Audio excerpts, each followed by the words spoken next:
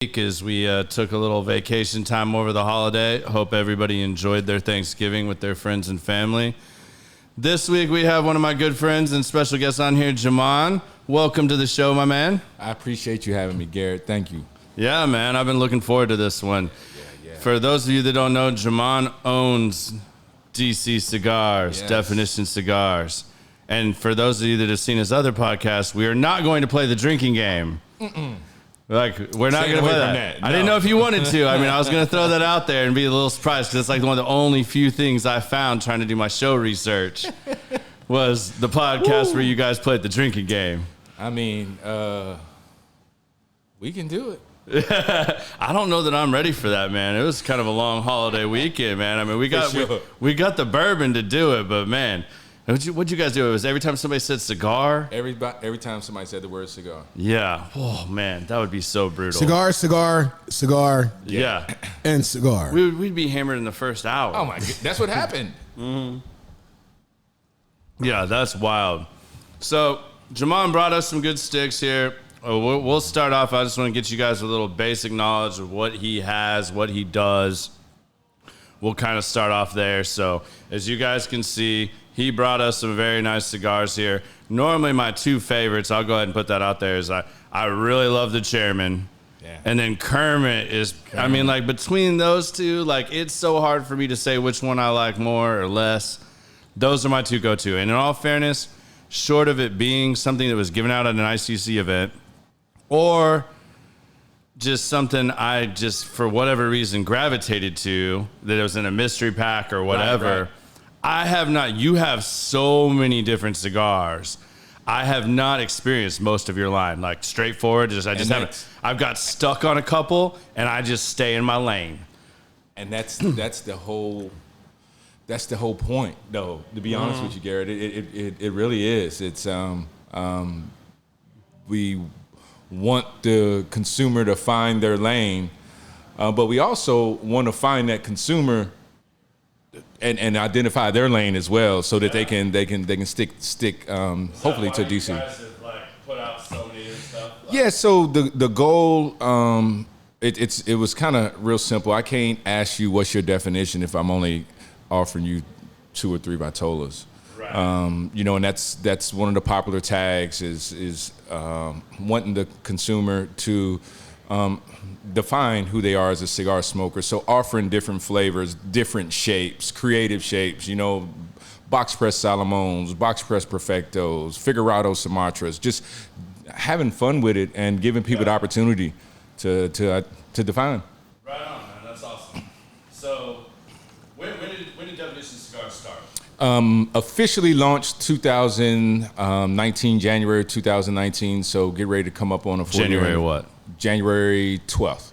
Just curious. My birthday's in January, so I was What just day? curious. 30th. Oh, okay. Yes, So yeah. I was just curious what day. Yeah.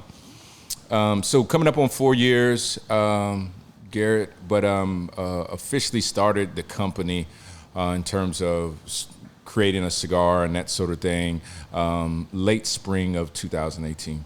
Okay. So you're, I think, Dallas born and raised? No. I'm from the DMV, Northern Virginia, just outside of Washington, D.C. So yeah, born and raised there. Okay. How long you been in Dallas? It'll be 12 years in January. Okay. Yeah. Right on. So been here a little bit. So all right. So what's your background? What got you into cigars? Like where did you go from as a person just learning and enjoying cigars to deciding I'm going to jump off in DC and start my own thing? Yeah. So it all started with my grandfather. Was a cigar smoker, pipe tobacco guy. Ever since I can remember. Him being around me. So it was always around me, and my grandfather loved cigars. And just, it's funny the stuff that you pick up. Yeah. Just being around someone that is a father figure to you.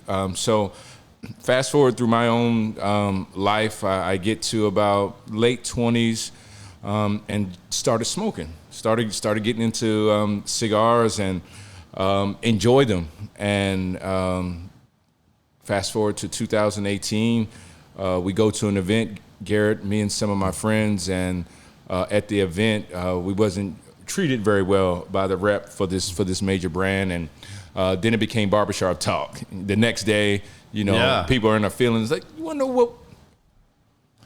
Let's make our own cigar. And you're like, okay. So we started out with a supplier who, and maybe we'll get into this in the conversation, but started out with a supplier that didn't see the vision that I had, and really didn't meet the expectation.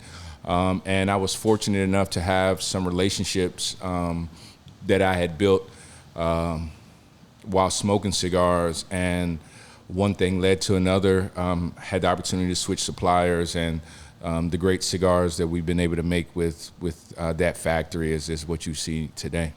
Okay, what did you do before cigars? Transportation and logistics. Okay. Yeah, I am. So this was a complete 180. Like you just most lanes. Most certainly. I still do that. Okay. I still wear that hat as well during the day. But director of operations for a logistics and supply chain company. Okay, right on.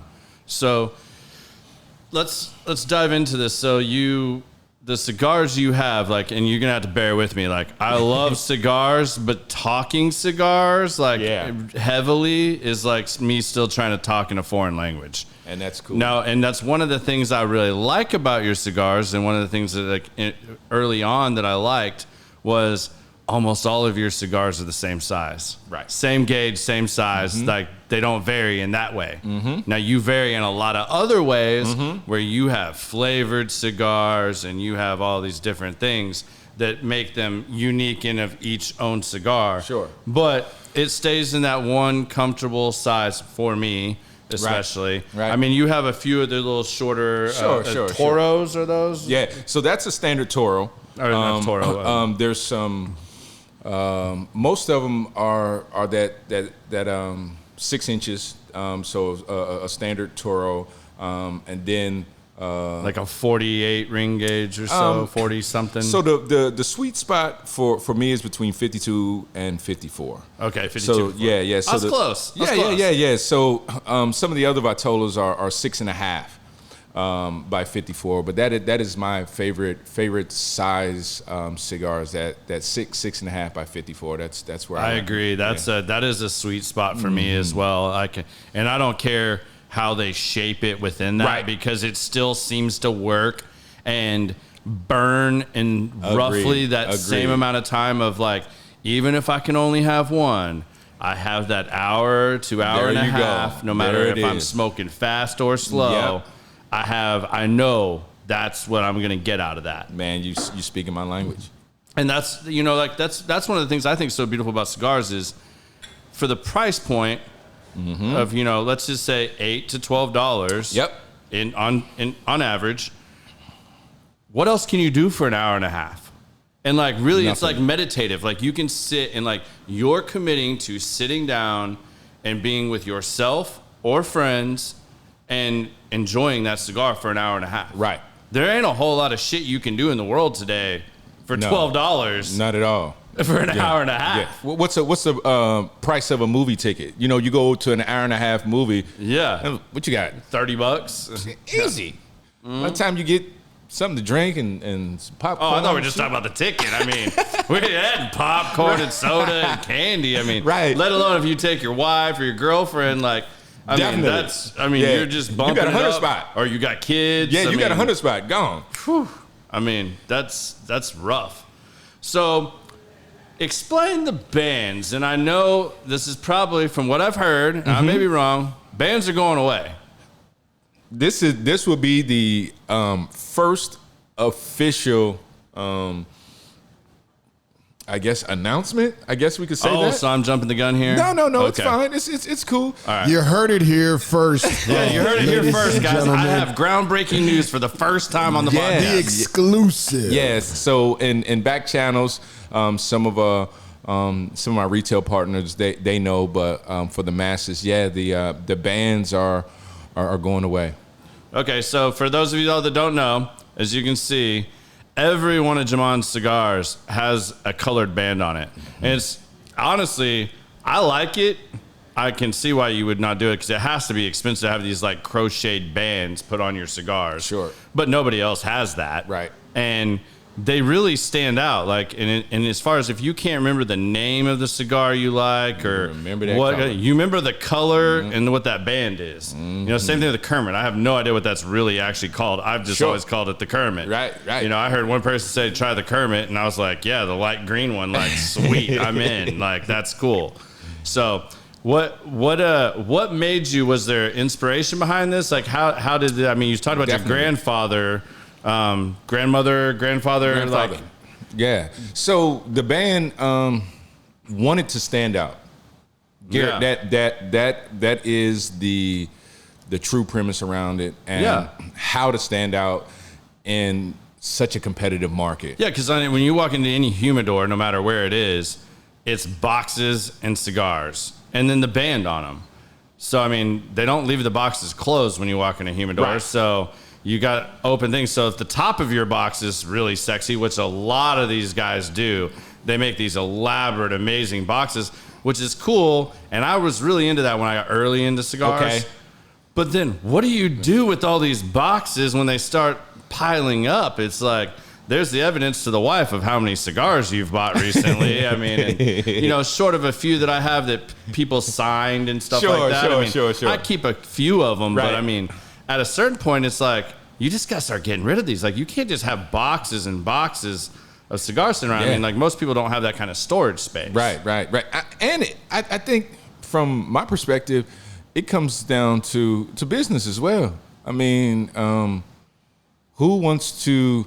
I mean, so yeah, you caught me with the eye test and this pretty and this grand box, Yeah. and then I smoked a cigar, and you're like,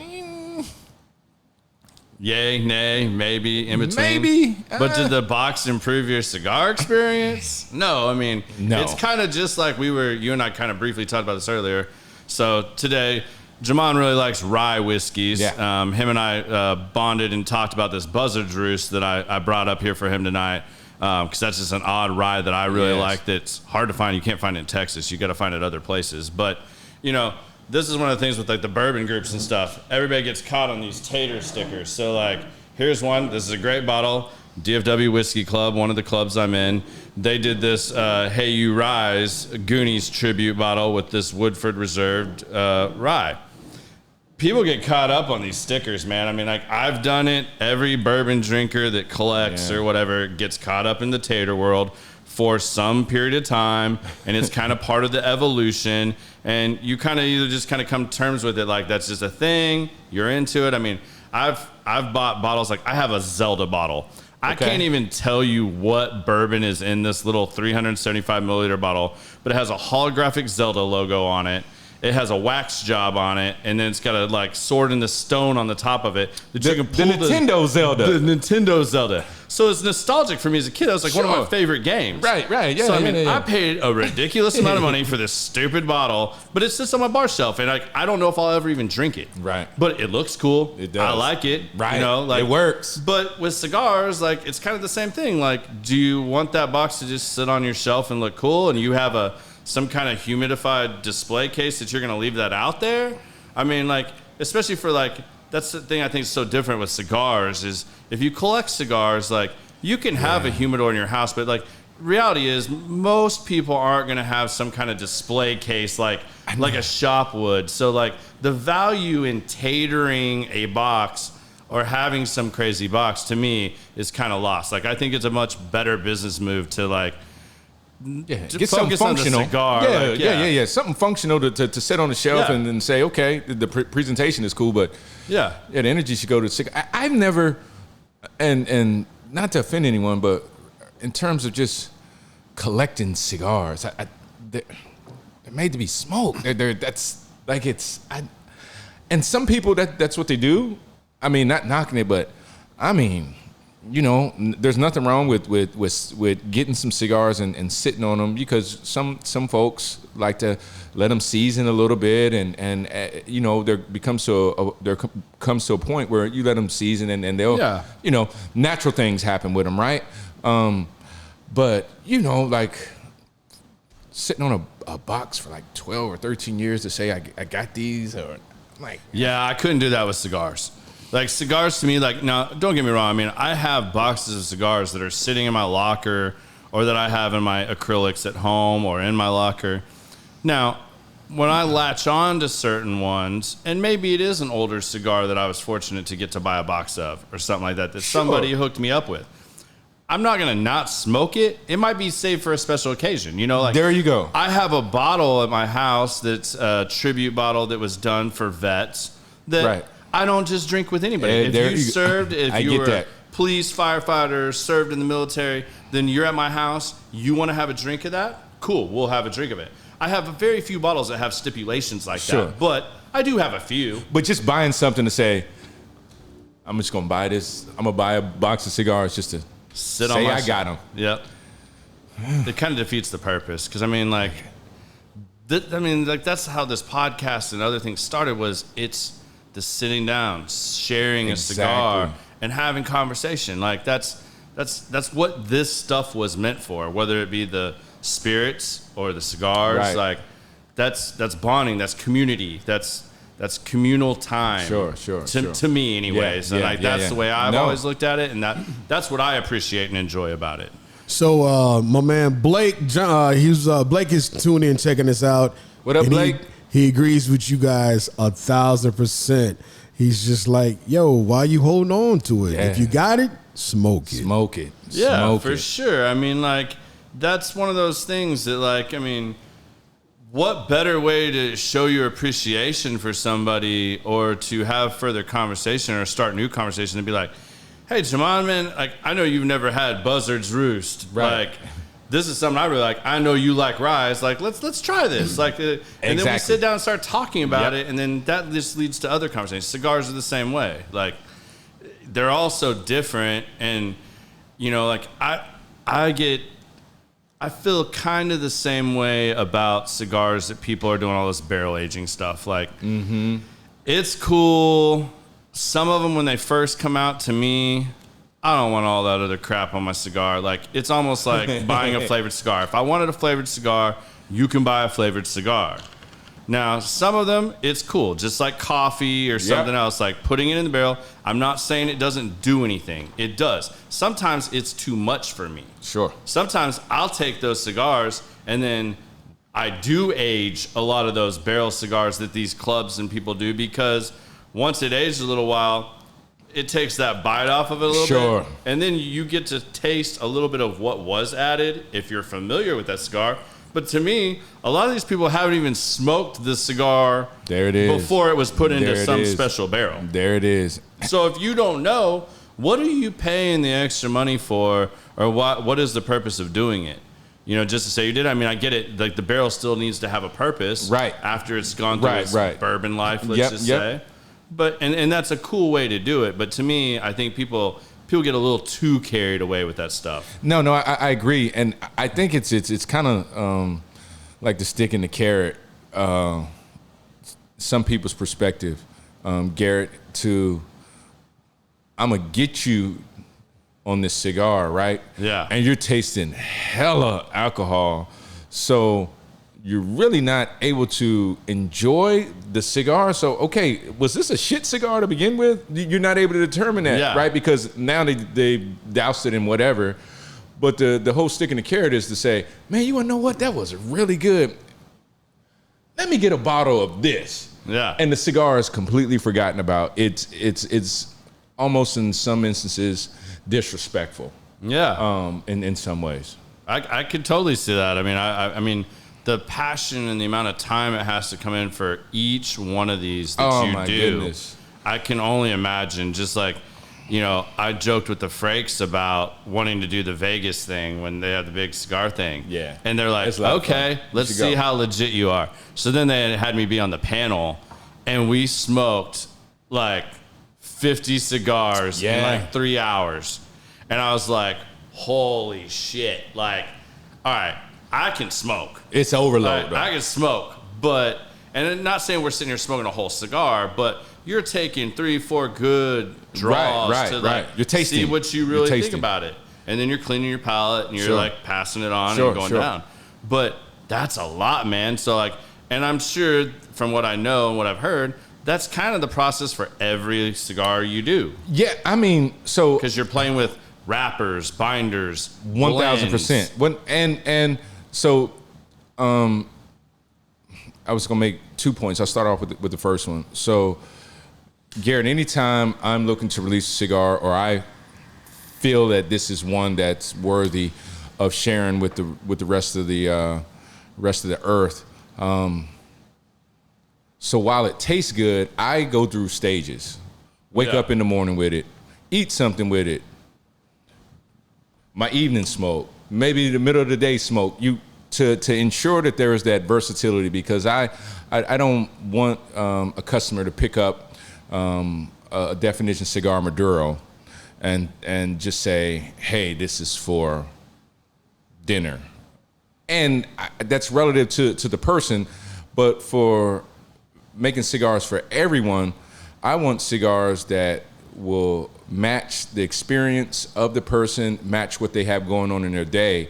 And if they come into the lounge and look at the lineup of Definition cigars, they can choose to pick up one depending on where they are in their day. That is so very important to me. I mean, I'm always a cigar smoker first. So, you know, in terms of creating cigars for folks, I put myself in the chair of the cigar smoker before anything else. Yeah, business is cool, but man, I want a person to enjoy the opportunity that's there. As you said, somebody is choosing to take an hour and a half out of their day to sit down with a cigar, and Absolutely. In doing so, I want to make sure that I'm able to at least meet the expectation for where they are. Whatever their cup of tea is. I mean, like, Sure. there are cigars on the weekend that I specifically smoke There you because I'm going out in the morning, sitting on my patio with a cup of coffee. What I choose to smoke with my cup of coffee is not the same thing I typically choose to drink with my bourbon.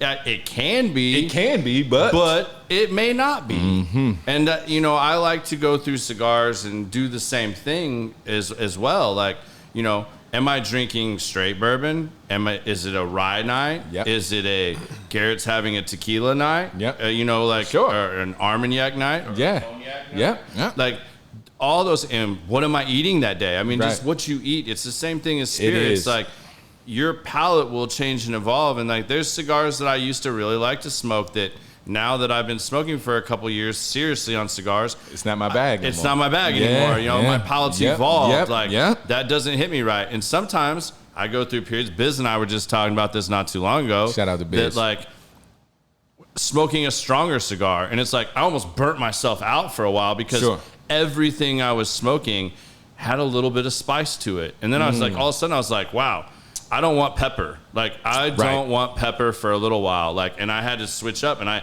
had to ask questions like, okay, this is what I'm getting now.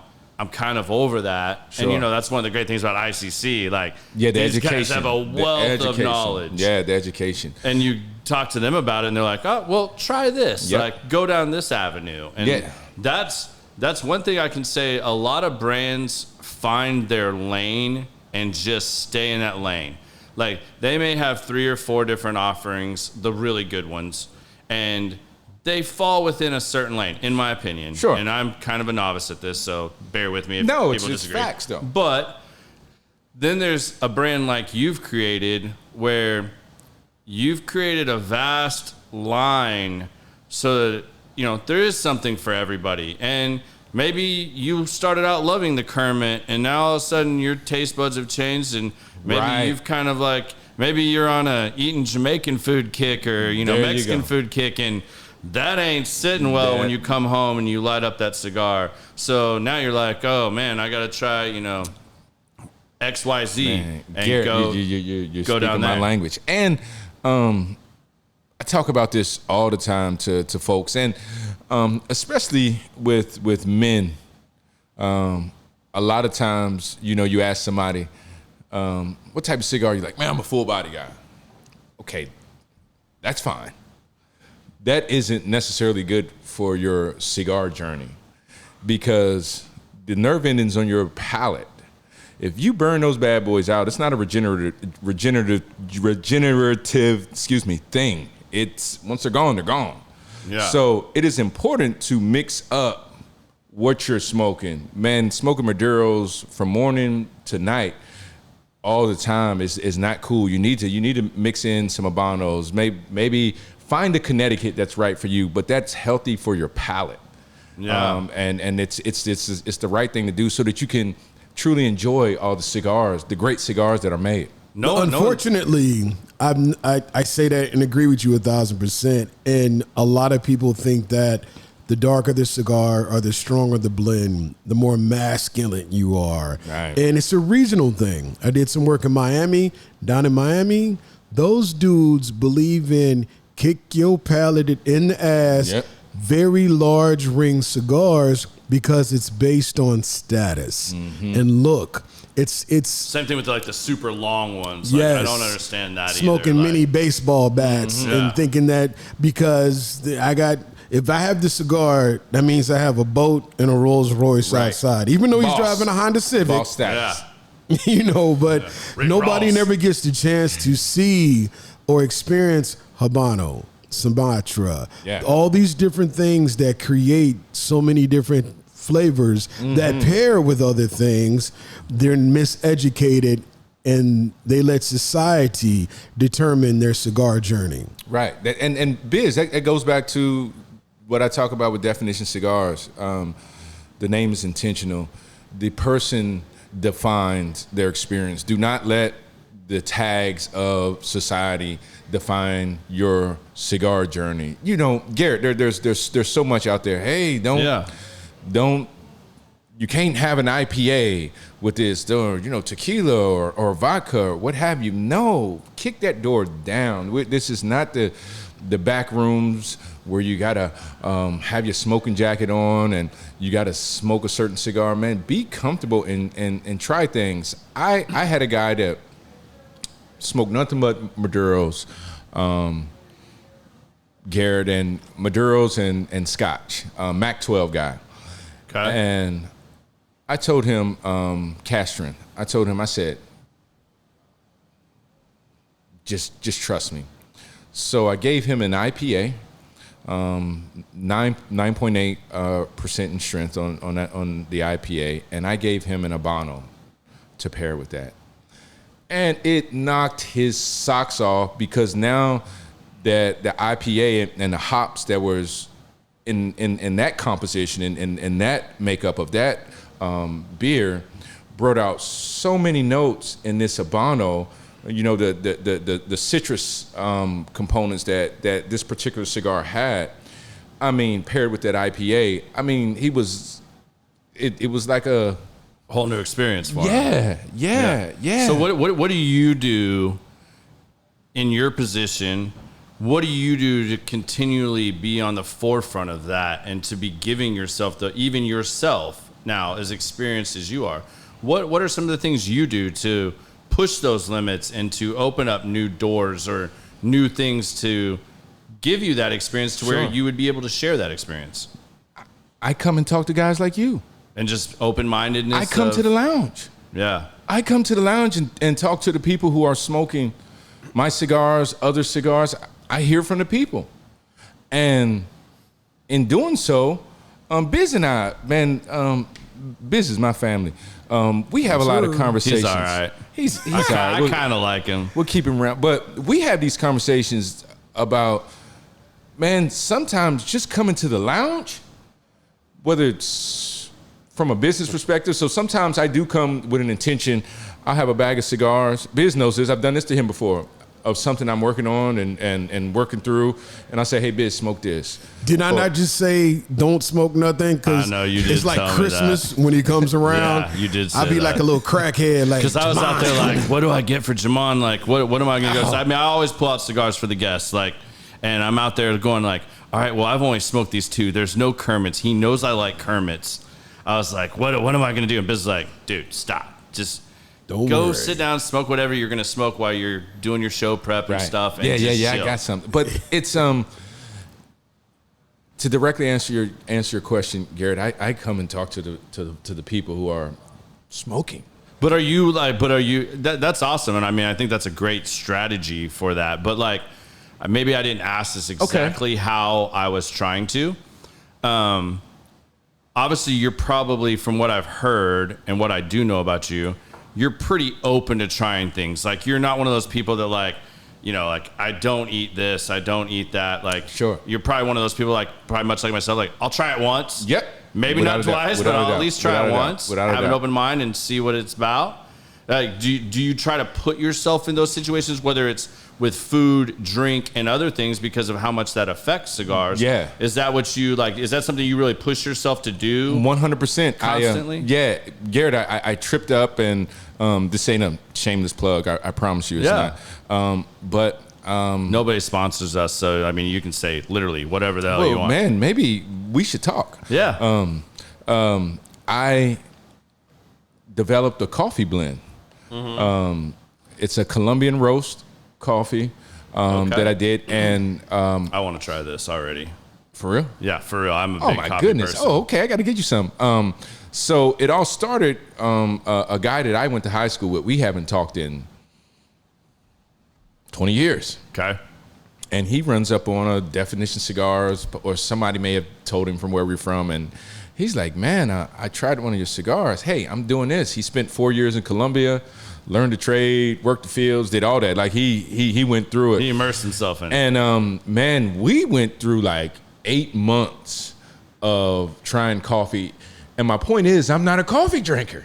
But in doing that to kind of let you know about me, I'm like, hey, let's give it a whirl. So I opened myself up to drinking coffee, and more coffee than I really wanted to. Yeah. I mean, I drank coffee from Costa Rica, from Mexico, Guadalajara. I mean, he had all this stuff to say, hey, just try it, and we're gonna scale down, and we're gonna scale down, and we scaled down, and we scaled down, and we scaled down, Garrett, and we got to this Colombian bean that I fell in love with. And all right, what did you fall in love with about it? So I fell in love. So it had this overlay that was similar on my palate. That was similar to what Nicaraguan tobacco gives for me, and it was pleasant. And it was strong, but not too much. And I wasn't jittery either. Coffee, when I was cold or something like that, I would grab a cup, and then I got the jitters. But this, it was really cool.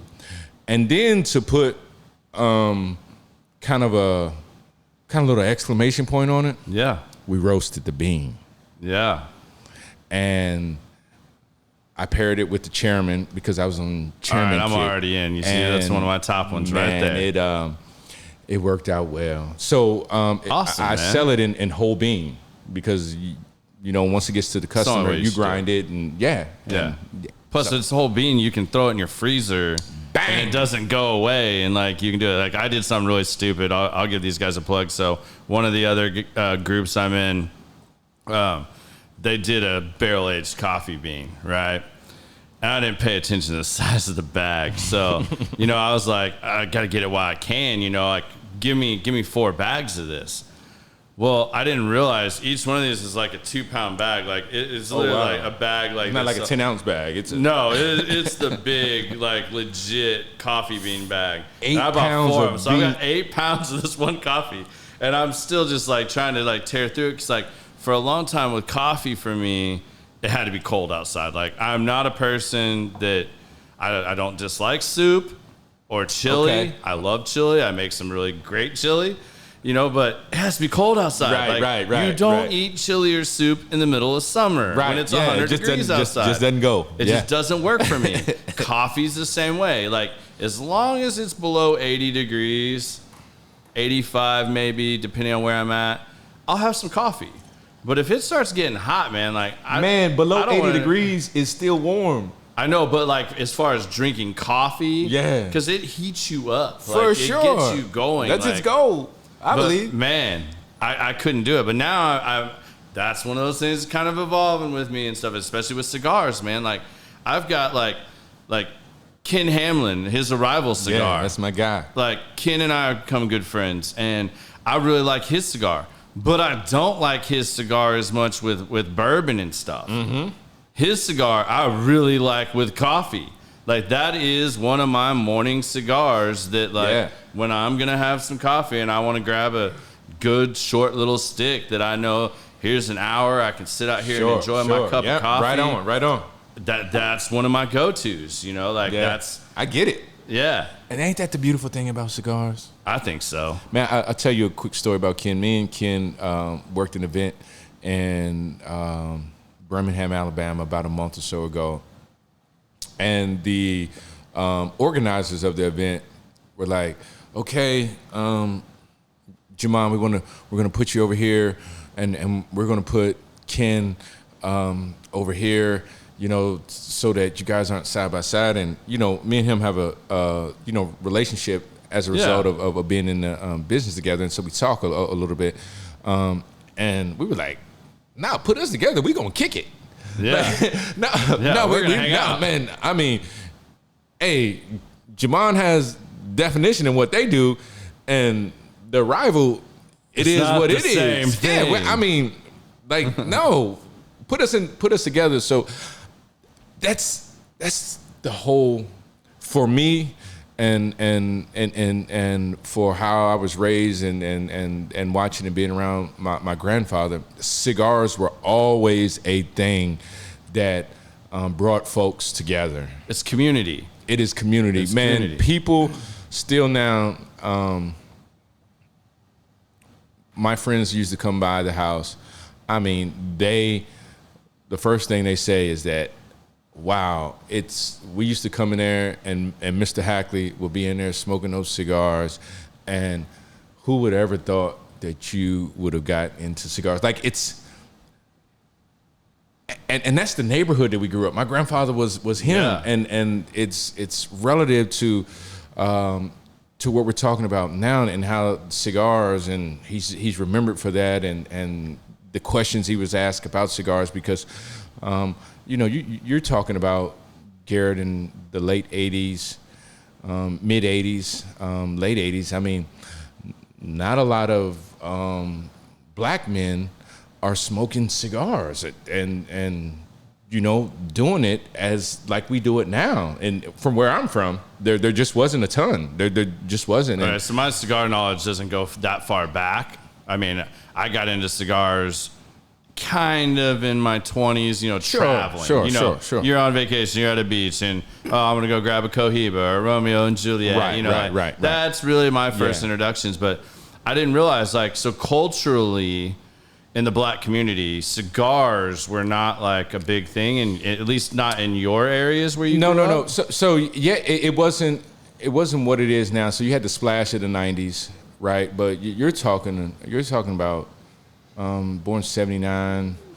You're talking about the mid 80s. There was no lounge for my grandfather to go to. It was the older cats that got together and played at pool halls. If you had a card game, if you look back historically, Bill Cosby always had a cigar.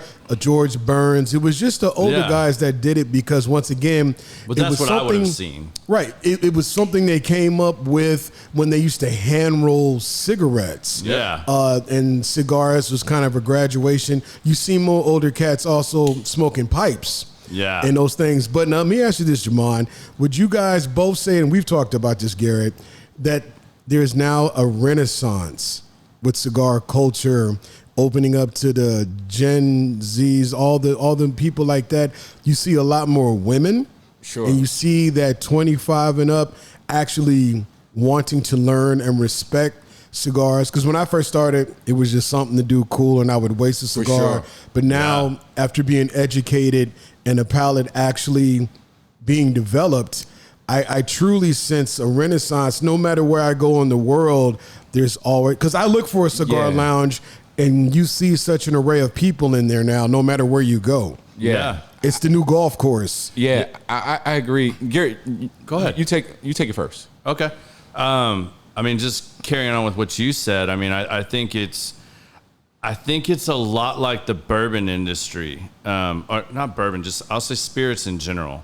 Like you watch these evolutions of these things, like so cigars, you know, me growing up in suburban life, like my dad was a banker early on when I was growing up. So when I would get drugged to my dad's poker parties or whatever, because there wasn't a babysitter or whatever, or I'd go down to the basement and there was a poker party going on, stuff like that. There were never cigars smoked in the house, but like the guys would get up in their breaks and stuff like that, and you'd see some of these old banker dudes like smoking a cigar. That was like my first experience with it. Then it's more movies, television, that you know, you see a James Bond or somebody like that light up a cigar. It showed class. It showed, it was always a Churchill. It showed this other side of life, like high society almost, like that I'm gonna sit down with my Churchill, you know, cigar. I've got a Cuban, you know, like those things. And like I remember growing up early on, like, you know, it was like all you heard about when I was in my early 20s was Cubans. You know, everybody like, I mean, like I used to care about that like early on, but like, man, there are so many good cigars. Like you don't need a Cuban. Like I'm just gonna say that first and foremost. Like not saying Cubans are bad. Cubans are good. I think Cubans probably were way better from the little bit of research I've done back in the day, the pre-embargo. 70s, the 80s, pre-JFK. Cubans were really good. You know, everybody was putting money into Cuba, getting the cigars. Their land was very fertile. They were putting the nutrients in the ground, and that was their cash crop. So, like, I think there was a time period where Cubans were better than what they are now.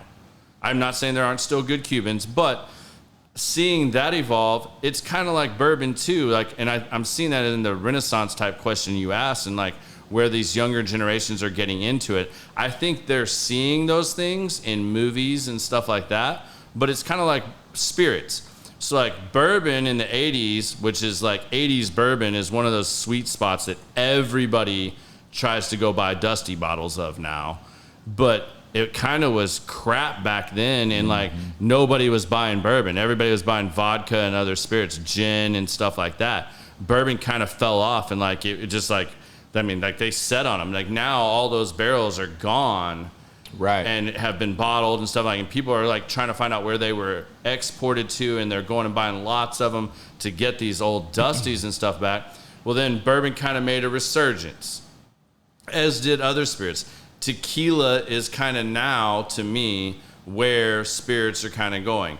Tequila is kind of hitting its high point. You see all these actors and famous people, they're putting their name behind tequilas and stuff like that. You're also seeing it with gin. People are really pushing the boundaries with spirits that have been around for a really long time. It's kind of a cyclical thing that comes and goes, but you saw this happen too. I think the most recent example of this was craft beer. Craft beer about a decade ago, microbreweries started popping up everywhere. Everybody was making their own craft beer, and everybody latched on these things. And for 10 years, I could buy whatever bourbon I wanted on the shelf. I mean, Blanton's was on the shelf. Eagle Rare was on the shelf. All these sought-after allocations were on the shelf at normal prices. And you didn't even have to sweat that. But as craft beer kept going, then the big money guys, the Budweisers, all these people, they started buying these craft beers and taking over these things where they started losing their nostalgia. It's kind of like clubs in Dallas. They got to change their name every 2 years because it's no longer the hottest place to be. So now it's no longer the hottest drink right now.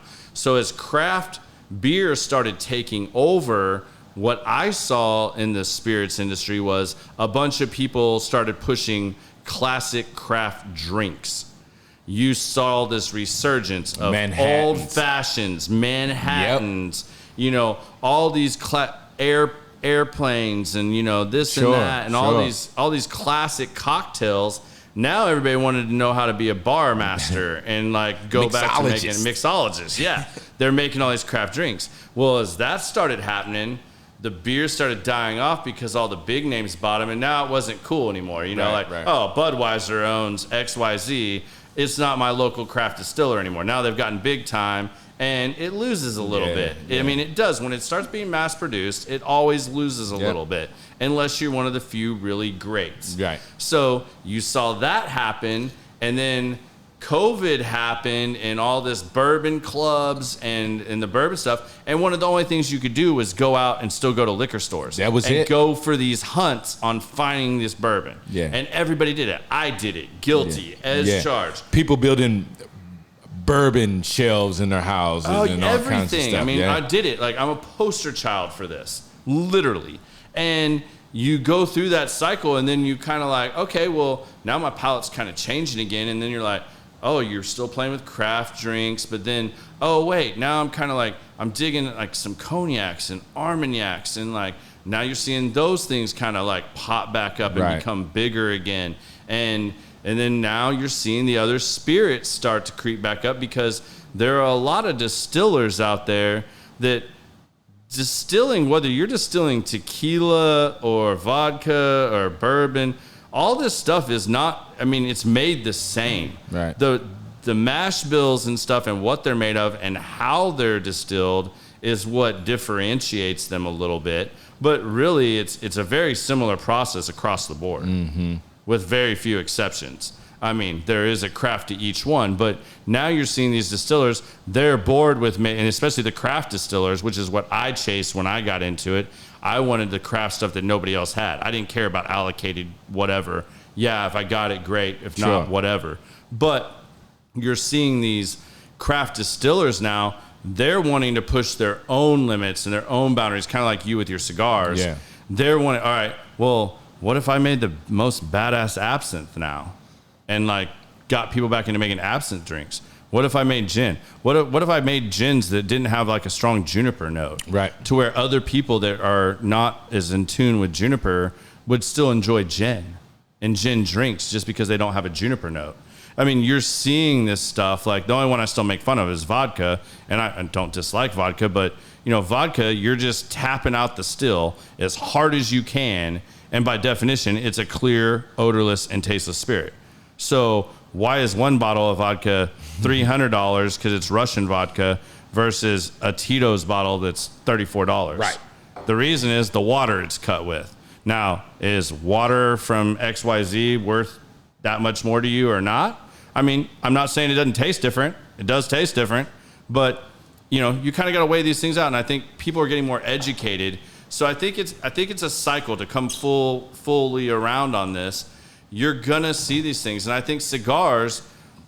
There is a lot you can do with cigars, and I'm not downplaying that by any means. And a lot of this is probably my knowledge still, because I'm early in my journey on this. But cigars, you can still have some for everybody, and cigars can be kind of allocated, and some can be hard to get, but you can go almost anywhere, even the shittiest lounge.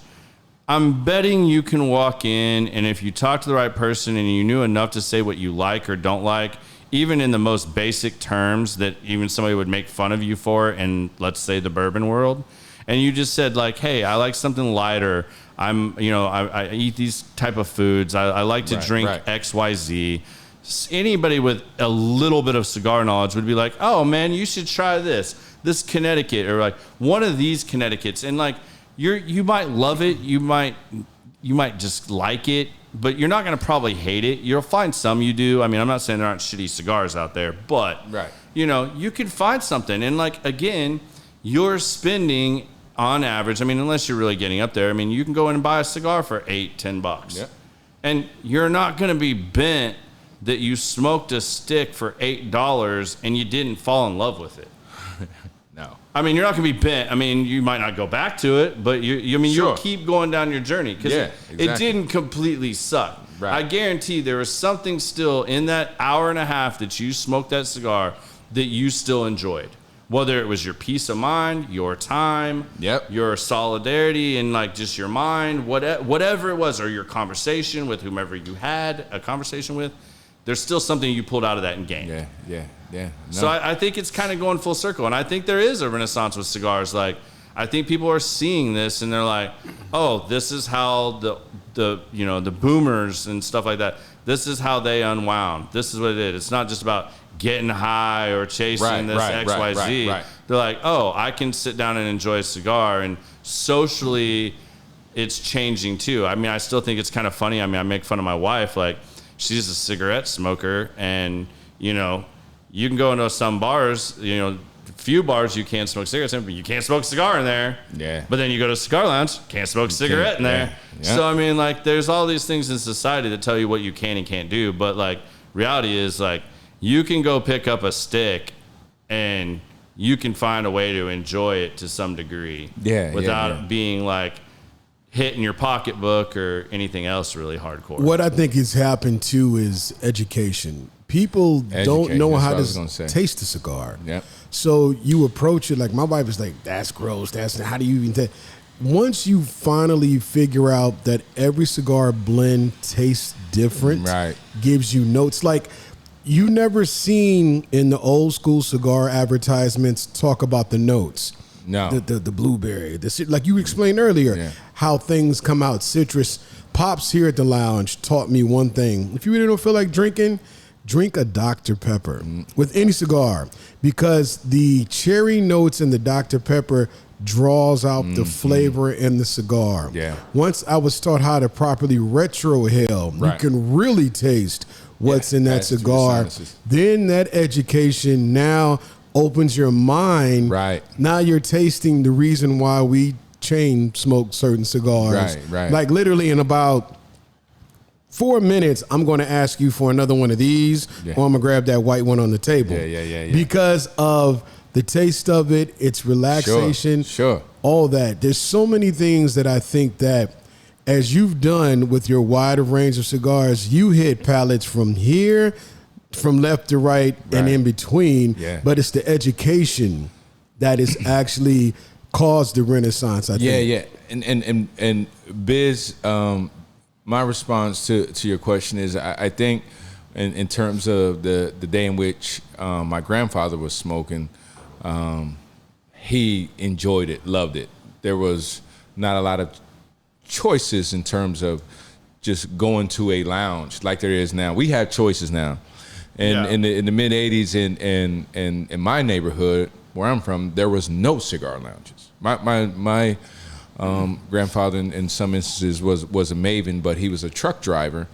So he would meet other folks who enjoyed cigars while he was out on the road, and they would do that because, smoking was considered back in the 80s not to be anything that was be considered a pollutant, right? Yeah. You can smoke on a damn airplane. Yeah. Right. So I think that was his journey, but it was from the love perspective of what that cigar or that pipe tobacco offered. It wasn't about anything else. Is that I'm enjoying this. Fast forward, Biz, to your question from there until now, where we see this renaissance, and it's kind of tricky for me. I'm cautious. I'm cautiously optimistic about it, because what cigars have now also become, it has become an accessory to the party. And because there's cigar lounges who now have created an experience and pulled people away from going to the club. Yeah. Now you do not have to necessarily go to a club as a cigar smoker to hear live music, to hear a hot DJ, shout out DJ Biz, to hear the tunes that you want to hear. You don't got to go out to a club and pay this absorbent of cover charge. You can come to a lounge and buy 2 cigars. You want to smoke anyway. Yeah. And I can hear my tunes, right? So... And you can party and have a good time. You can party, have a good time. In some cases, bring your own liquor. Yeah. Even. Yeah. So there's a savings there. But with that caveat there, you get some folks who now say party first.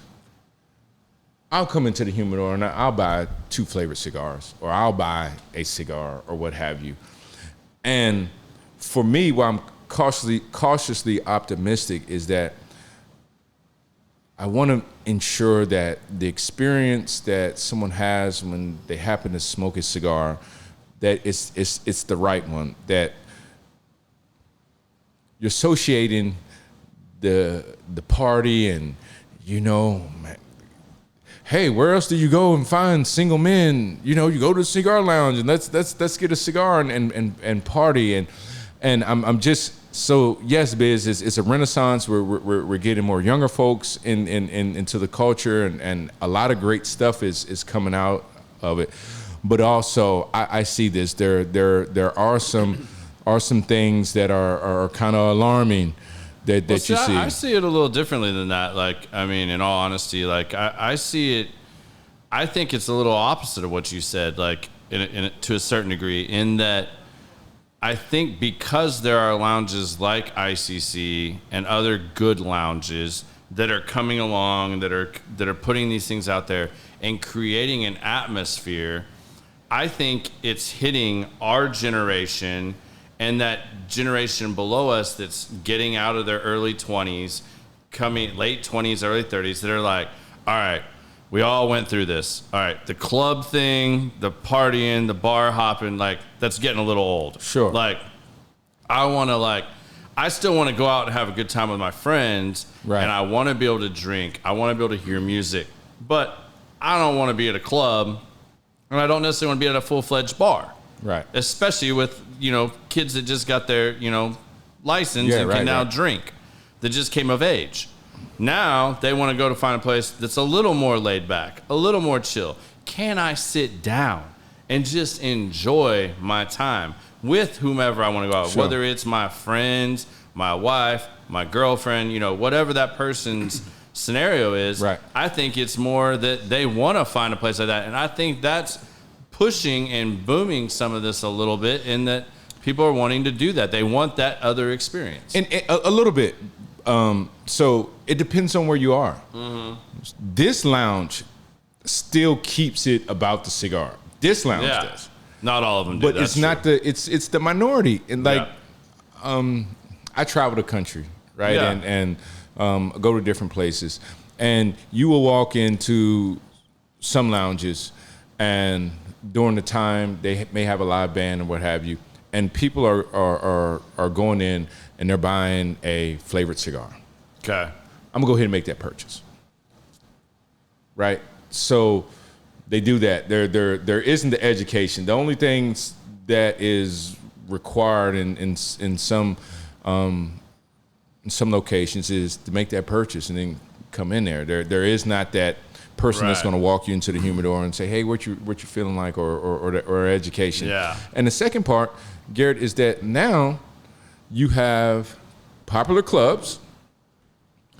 Biz knows this. You have popular clubs who have now introduced cigars into their club atmosphere. Okay, but the problem with this that whole club thing, so the problem with that is what you just said. And I have a question from Donna Parker. We're going to ask you in a second, so I didn't forget you, Donna. But the problem is with that, what comes first, the chicken or the egg? Yeah. So when you have something that is the cigar experience, but we give you a little bit of that festive atmosphere, you keep the cigar first. And that's when you walk in. So you can't pass this point of entry without getting the experience and the education. And then I unleash you into a curated atmosphere where we're smoking. Even though we're partying and we're doing everything else, the cigar comes first. Where if it was a bar first, but now we got a little section with cigars in it, but the music is still blasting. Yes. It's over mud. It's them jumping on the train late. Right.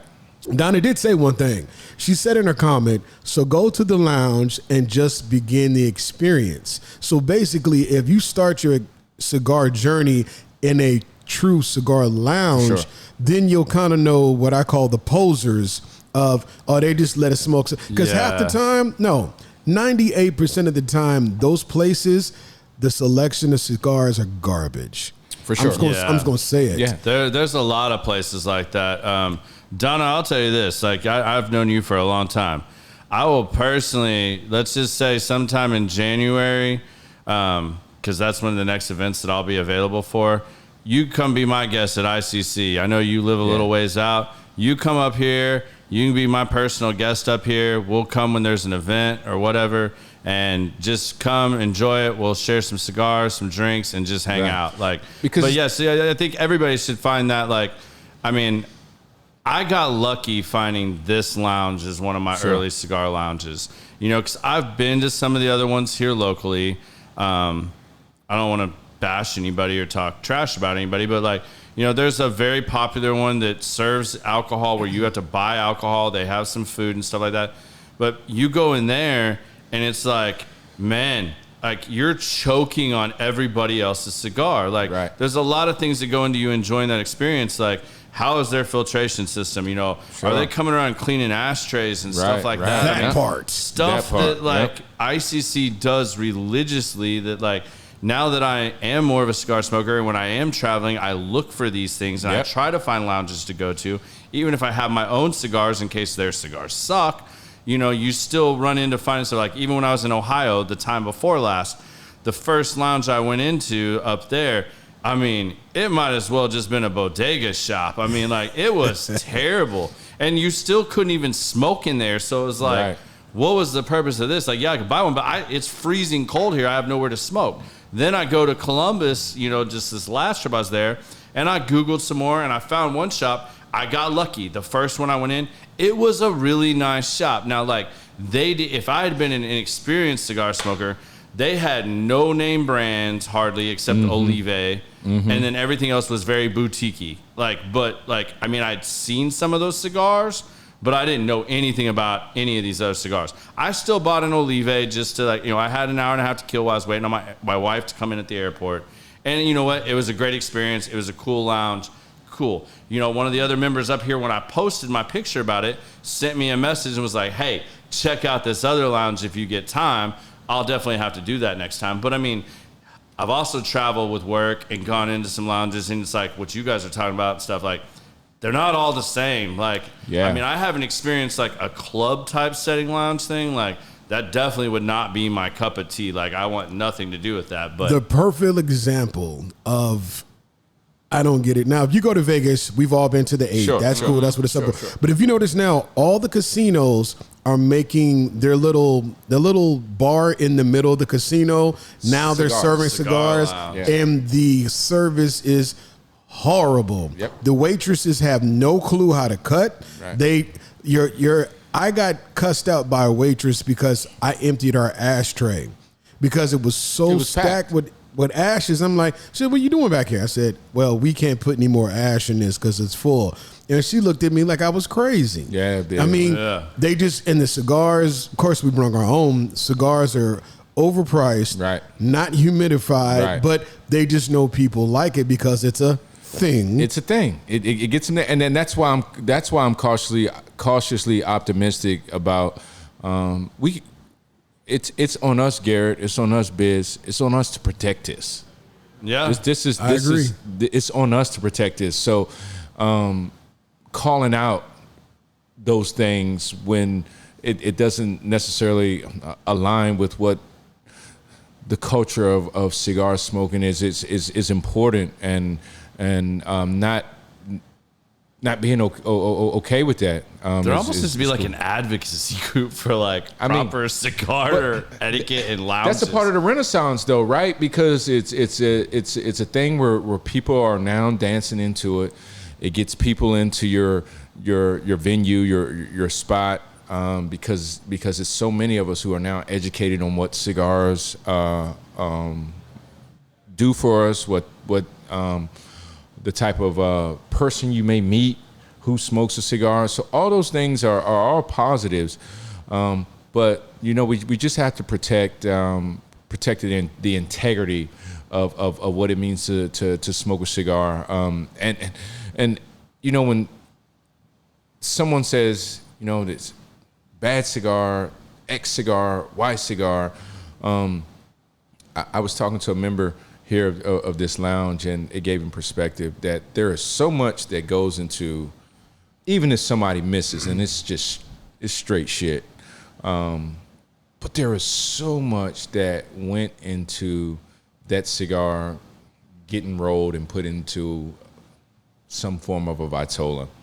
So relative to saying good cigar, bad cigar, it's not like a... Talk about that a little bit. Let's tell the people, because some of these people, like there are some of our listeners that are very cigar knowledgeable, and then there's others that aren't. So let's talk about that a little bit. Like, maybe explain a little bit what goes into you making this cigar, like from start to finish, like right. To break it down, like, you know, cigar 101 of like how a cigar is made and like what it is you do and look for when you're making one of your blends. Sure. And the one caveat I want to add is I would really like to hear you explain and talk about it a little bit, because we've talked about it several times now, and it was one of the questions I did have for you. How do you make a flavored cigar? Like, Are you literally putting like some kind of extract in here when you say this is a grape flavored cigar? Sure. Or are there blends of certain tobaccos that, with the way they, the natural process they go through, tended at a certain point, or you pull it at a certain point, that now it's going to have cherry notes or grape notes or whatever? So starting off with traditional cigars, it starts, so for me, it starts off with the leaf. What are we going to combine? A wrapper, a binder, and a filler. Yep. Or are we going to do multiple fillers with a particular binder or with a particular wrapper? So that's the guessing game. That's where the magic happens. So in terms of the factory that I work with, when we start blending a cigar, I will, and not trying to get too nerdy, I will smoke a Vitola that has this wrapper binder filler, smoke another one that have this wrapper binder and filler, smoke this that has this wrapper binder and filler, and I make notes.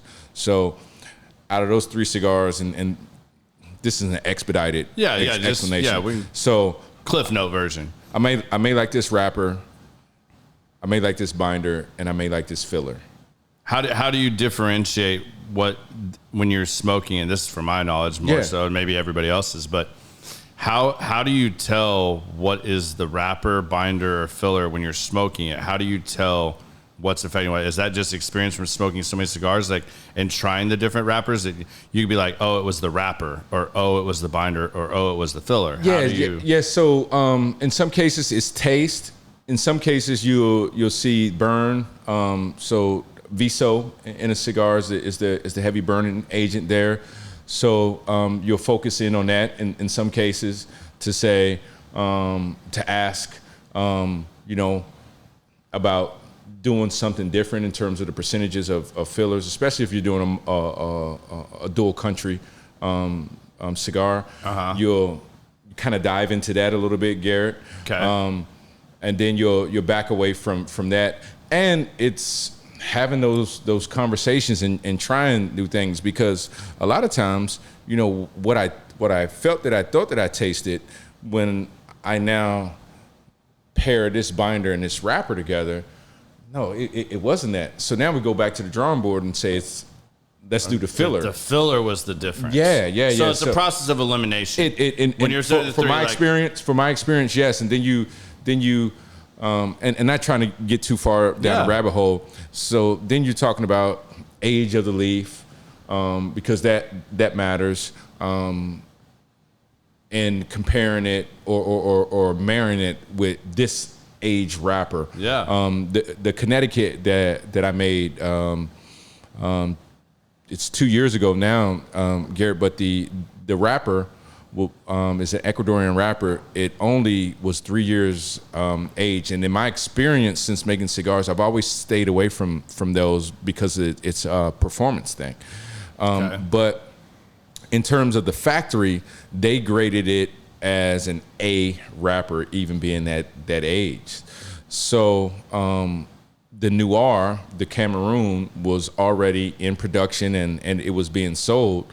So in looking at trying different things, I wrapped that younger wrapper that graded out really well at the factory, and we wrapped that in the same binder and filler as the Noir, and it came out to be pretty good. Yeah. And we rolled out with it. Henceforth, the Noir Connecticut was birthed. But expedited way. But yeah. So do you think as you grow the company and as you're going through the experience, I mean, you said 2018 roughly, so you're 4 years old now.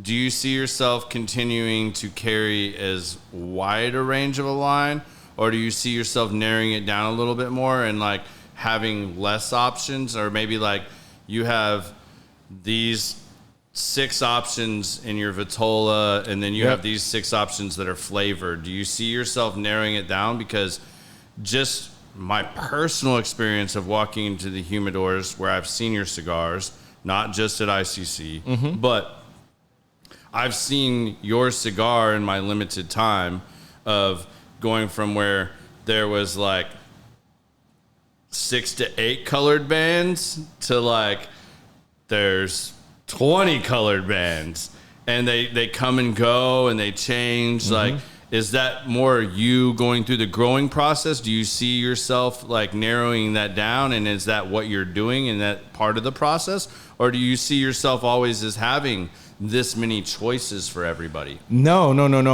And great question, because it's actually the direction that I'm going. So the first couple years, I was in the lab working with my partners in the factory and creating these cigars. The factory had some templates. I can't take all the credit for them, and there was subtle changes that was made, but there was a lot of work that went into the core of Definition Cigars.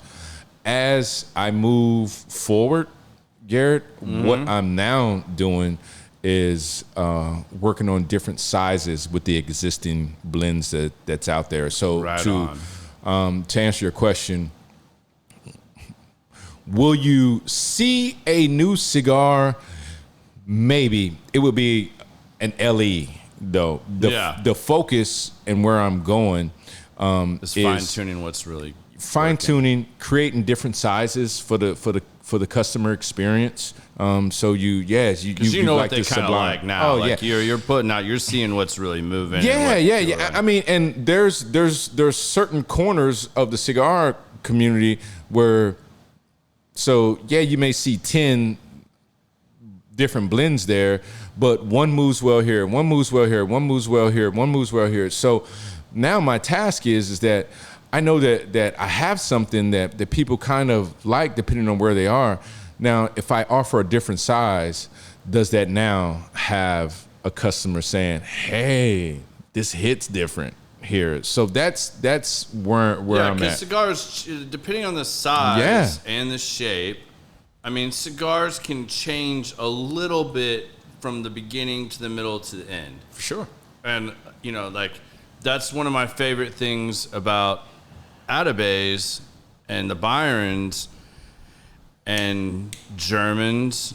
Some of the things I really like about them is most of the time on your standard day, I'm a 2-cigar guy. On my normal average day, I'm a 2-cigar. Like if I'm at the lounge, I'm going to sit here and smoke 2 cigars.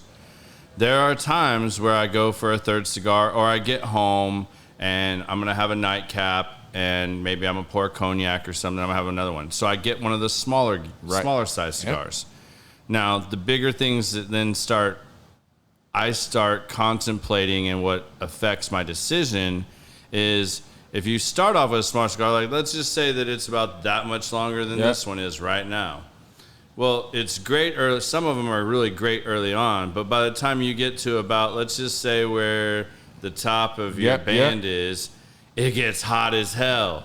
And that's in the construction of the cigars is what I'm learning. So for sure. I think that's a really important thing, that if you're going to do that and you're going to move that down the line, that would be great. I mean, I'd be all about a fan, because I will say that that's the only complaint I could say about a DC cigar is the shorter one with the orange band. The pig, I guess. Yeah. Is by the time it gets to the halfway point, it starts getting really hot. Okay. Like hot holding it, hot smoking it.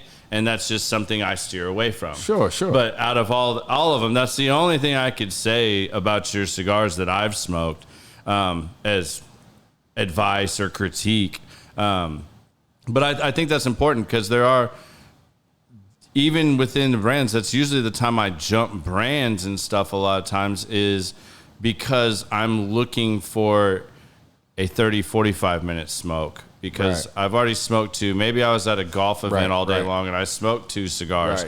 But I got home and it's like, well, the day's over, but now the night's just starting. And I don't know that I necessarily want to jump into a 6-8 inch cigar. Right. Now I want like a little 4-inch cigar and I'm going to end my night. And I've smoked 3 cigars, but you know, I think it gets a lot harder to make a good cigar when you start talking about reducing size.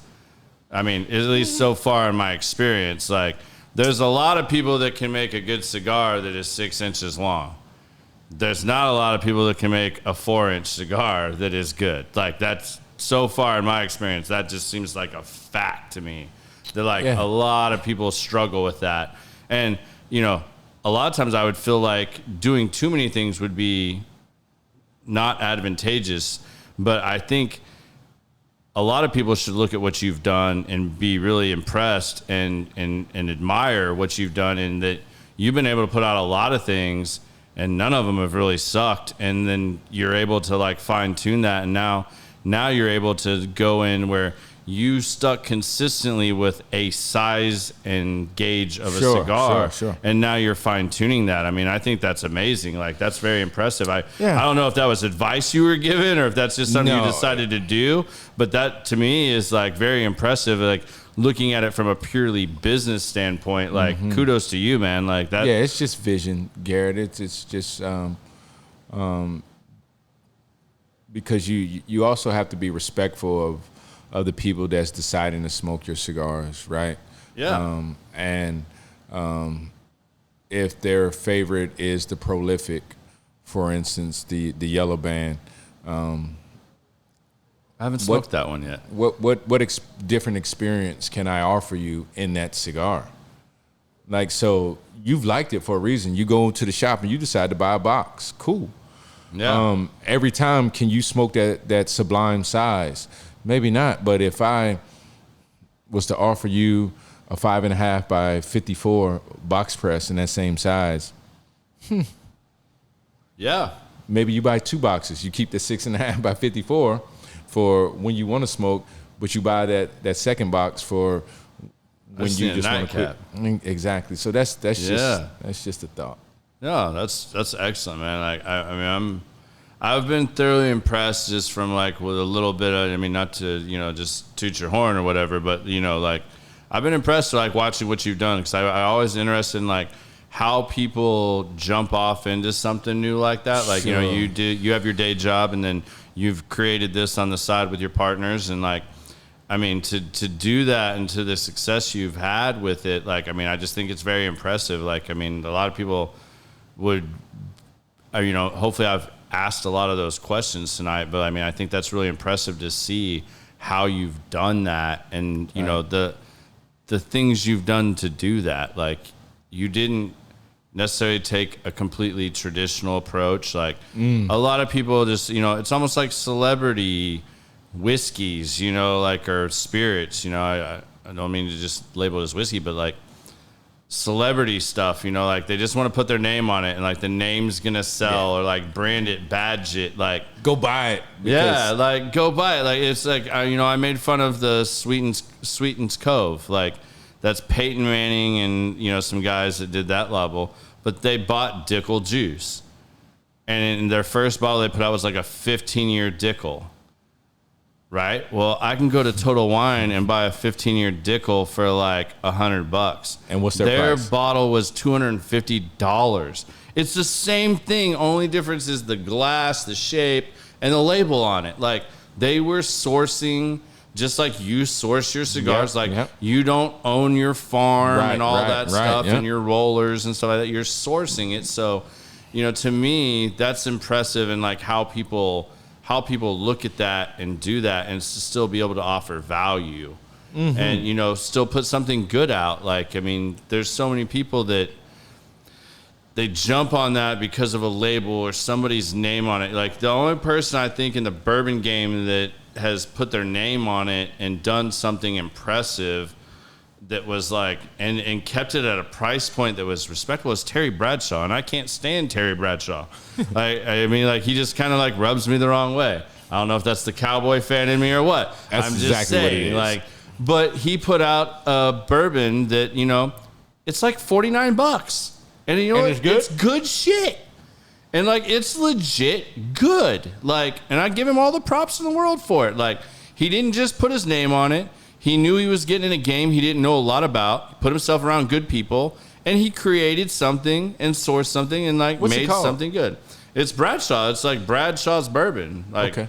And it's legit good. Like, but then, you know, you look at someone like Peyton Manning. Like, Peyton Manning has the money to do whatever he wanted. If he wanted to build the whole damn place. If he wanted to buy Bardstown, he could have bought Bardstown and made his own mash bill and everything. Like, he could have done that, but it's almost like you insult your customers by putting a label and a bottle on it, and then they know that you're sourcing the juice. And yet, if you really thought about it and you just didn't want Peyton Manning's bourbon, you could go buy Dickel 15-year and save $150. Right. I mean, there's a certain business aspect to that to me that like just blows my mind. I agree. But the consumers still buy it. I mean, like, it ain't like he's going out of business. You know what I mean, he's still selling those bottles. I mean, your really high-end connoisseurs are not going to buy that Sweetens Cove bottle, but I mean, it is what it is at a certain point with that stuff. I liked what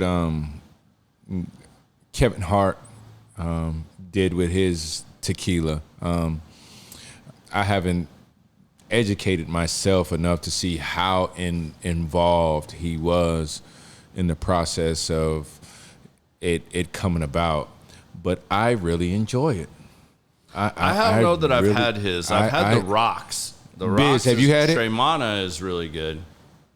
Which one, Kevin Hart or Kevin The Rock? Hart. I haven't had his yet. The Rocks is all right. The Rocks is pretty good. I mean, like, but I didn't even know Kevin Hart had alcohol. Yeah. I can't call the name of it. Last year he put it out. Yeah, but it is Yeah, I mean, like, and you know what? Like, there's certain people, like, I feel like Kevin Hart and The Rock, like, they're not going to be misled. Like, I'm a little surprised that Peyton Manning's team of people that helped him do that, like, would put something out there like that. Is he a bourbon drinker? Do you know that? I mean, yeah, I mean, he says he's a bourbon drinker. I mean, his family, and like, I mean, that's kind of what they put out there. And I mean, I think everybody saw that with God, what is the name? The one that sold for like several billions of dollars. George Clooney. Oh, Casamigos. Yeah, Everybody exactly. saw them do that, and I mean, they put out a good product. And cashed out. A lot of people didn't know that, like, George Clooney, Brad Pitt, like, those type of guys were behind that. Yeah. I mean, but then there was a certain point where that kind of, like, started getting leaked out as strategic advertising and stuff like that, and it came out, and, like, that was a high-end tequila at one point before Ryan they sold Reynolds with his gin. I mean, like, I'm not a gin drinker. I mean, there's very few gins I actually like. But he's doing the same thing with gin right now. I think it's Aviation or something like that. So, I mean, there are guys that do this and approach it in different ways.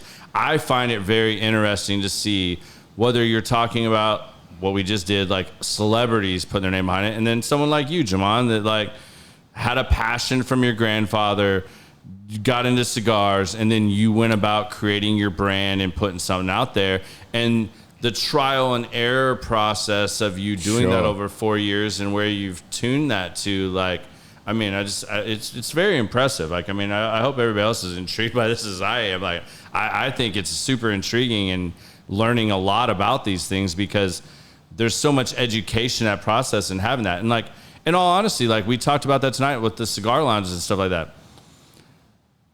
This is episode 11. Out of the 11 episodes we've had so far, at least 9 of these people I met or furthered a relationship with here at ICC. Yeah, lounge. And it's lounge. And if this is the type of community and the conversations you want to have and stuff, that's why I encourage people to do that. Like, no matter what your day job is and like whatnot, it's a sense of community in the lounge. And there are certain lounges like ICC that create these kind of atmospheres. Yep. And I think it's great for people. And I think these are the type of experiences and places that are going to further promote these type of things. And which is why I started the podcast, because I felt like I was having a lot of really genuine, great conversations over a cigar and a drink with people such as yourself. Yeah. And I mean, I met you about 2 years ago. Yep. And you know what? I mean, we've become friends over that time period. And, you know, like, it just it just evolves. And, like, you get to have, I mean, I've learned so much tonight in the hour and a half so far that we've been talking. And, like, I just feel like that's valuable. The lounge is important. I was at an event. A customer came in, learned about the event on social media, came in, bought cigars, and was on their way out the door. Garrett, true story. I stopped and said, hey, you're not going to smoke here? And the gentleman looked at me and said, man, I'm not as educated as everybody else in the lounge. So, man, typically I take my cigars home and I just smoke on my patio, smoke in my garage, and sit there and smoke because I don't know as much as everybody else. And I said, that is the exact reason why you should stay. Yeah, exactly. That is the exact reason why you should stay. Stay here and be comfortable. Man, get to know these folks. I mean, they're going to... You're sharing a common interest. Exactly. And they will give you an experience. You may hear something that may help your journey as a cigar smoker. So as a result of me asking him to stay, he ended up staying. Found out that the table he sat at, there was a guy that lived 2 streets over in his neighborhood. Never met the guy before, ever. Never met the guy before, ever. Friends. Never met. So they sat there and smoked. He had a conversation for the entire event, and now he's indoctrinated into what this community, what this brings. It's the same thing. You and I had a conversation over text message or Facebook or something.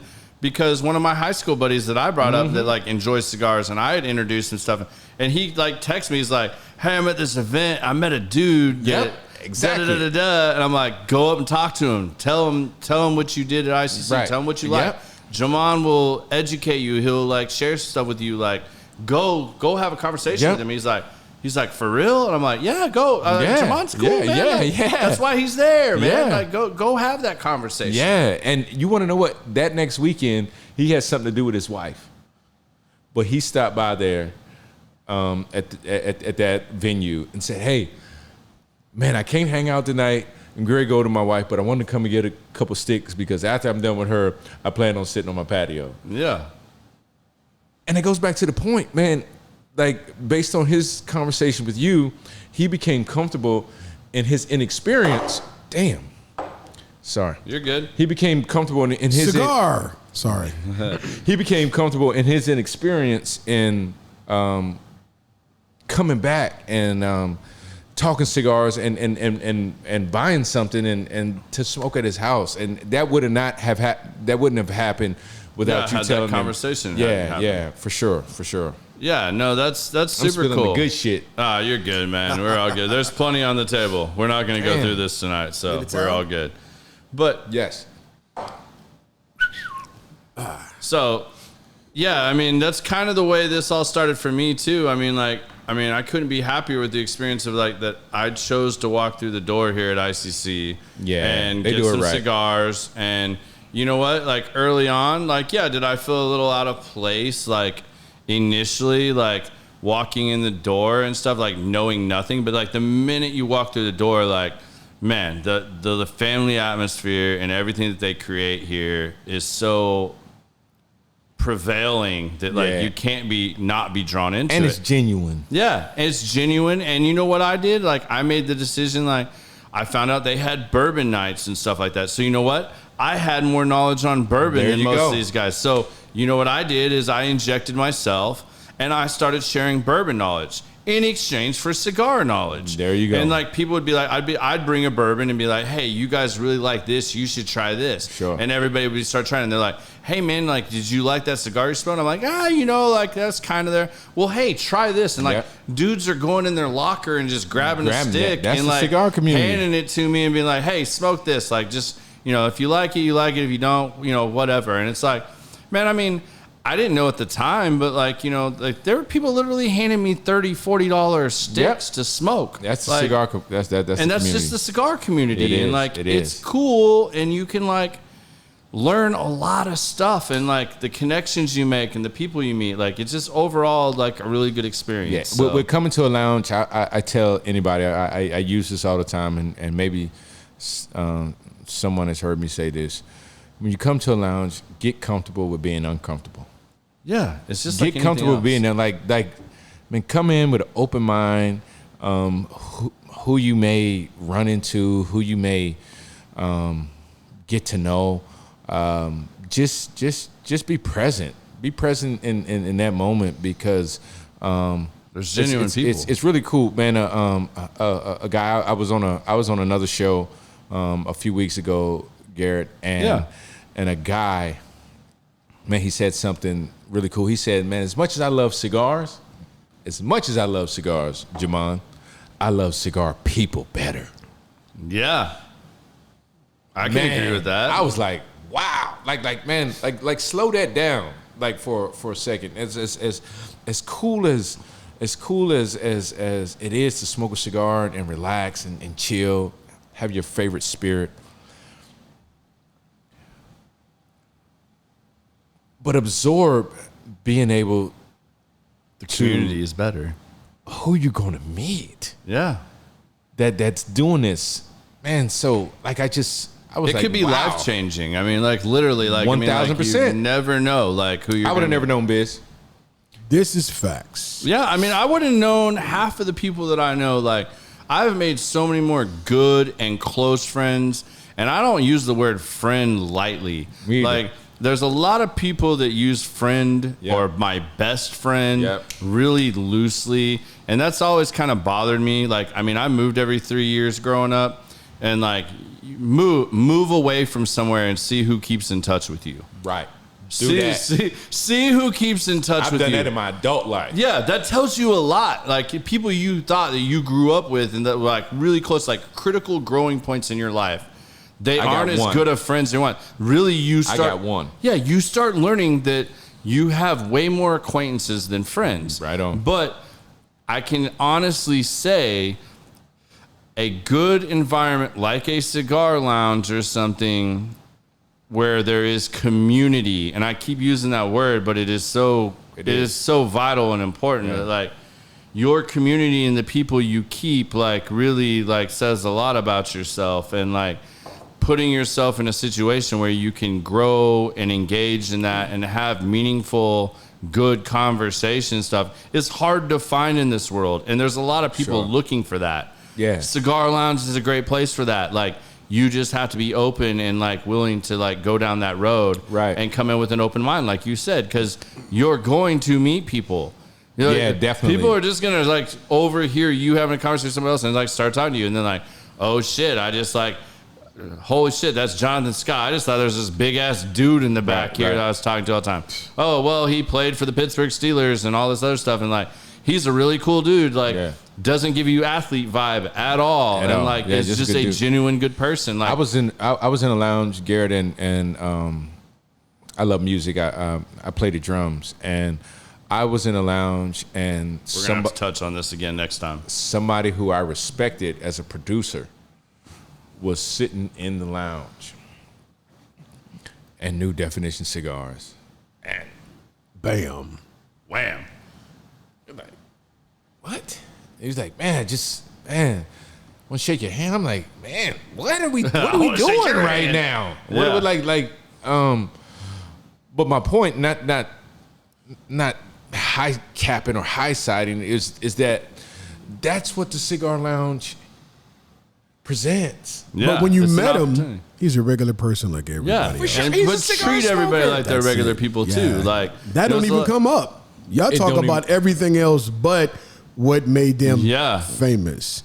Yeah. Because of this lounge, I have been to 2, I can't say names, won't say names, but I've been to 2 Dallas Cowboy players' homes to do photos, and we cool and all that. And they're not old players. They play right now. Yeah, they on Sunday. I would never thought in my life I'd be, and they cool. But they want to be treated like normal people. That's the same thing. Yeah. Like, I know I got to get off of here. I know we got the still got one on time. Got to get his and too. I got to ask him the question that we ask everybody. Boom. But you know, it's the same thing with autographs, man. Like I never understood this, people that want to like get somebody's autograph.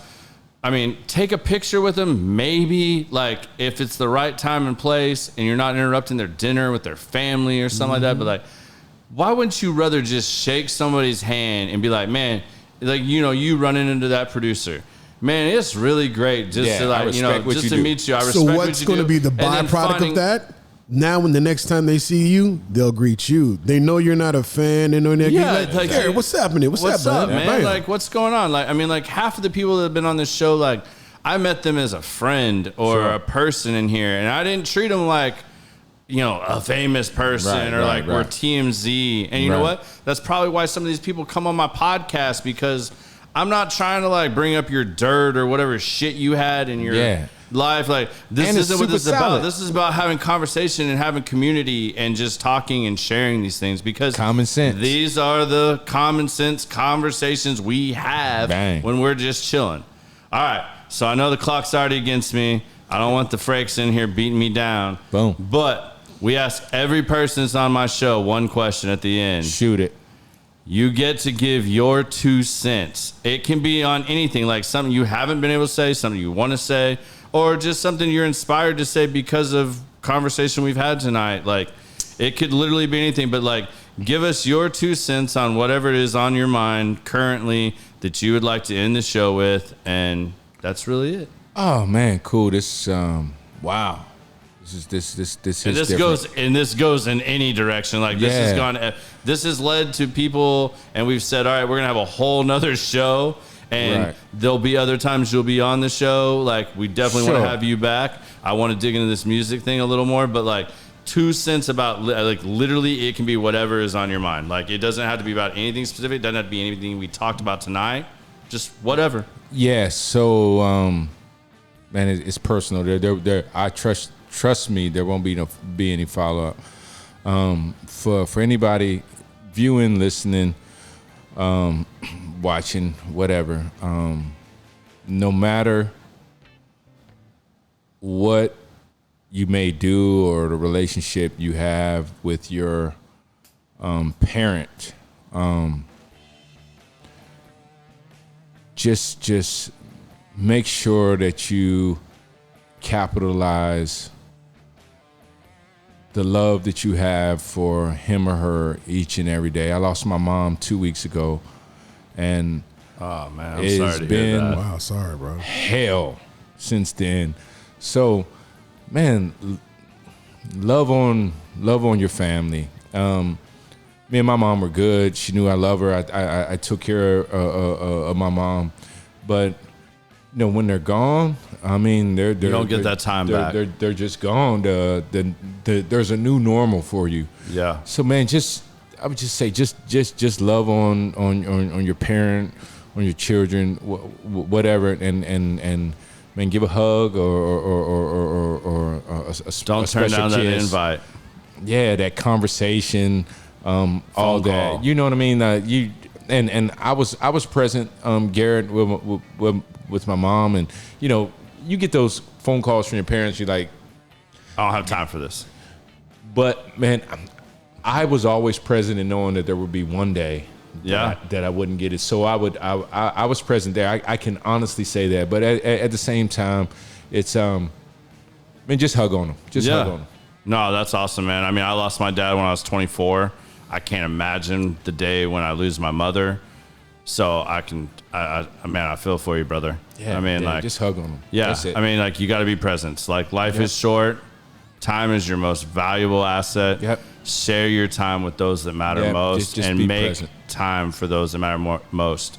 Like, we talked about it with friends and acquaintances. Know who those are.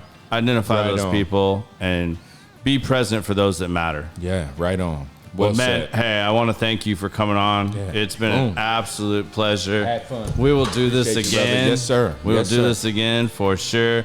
Y'all, thank you for tuning in. I hope you guys will join us again. Next week, we have another interesting episode for you. But I hope you guys enjoyed this. And until next time, y'all be safe.